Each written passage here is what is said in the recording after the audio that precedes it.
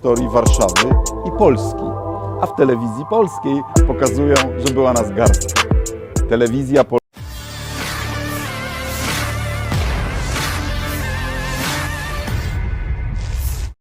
Menteri Luar Negeri Polandia Radoslaw Sikorski baru-baru ini mengungkapkan rasa terima kasihnya kepada perwakilan negara-negara anggota NATO yang diduga telah mengirim pasukan mereka ke Ukraina. Pernyataan tersebut ramai beredar pada Minggu 10 Maret 2024 lalu.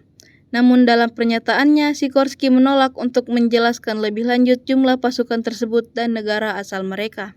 Hal ini diketahui setelah diselenggarakannya konferensi mengenai Ukraina di Paris pada 26 Februari. Pada konferensi tersebut, Presiden Prancis Emmanuel Macron mengatakan para pemimpin Barat telah membahas kemungkinan pengiriman pasukan ke Ukraina. Lebih lanjut, pada hari Jumat, Sikorski mengatakan bahwa kehadiran pasukan NATO di Ukraina bukanlah hal yang tidak terpikirkan. Sikorski juga menambahkan bahwa ia menghargai inisiatif Macron mengenai kemungkinan pengiriman pasukan Barat ke Ukraina.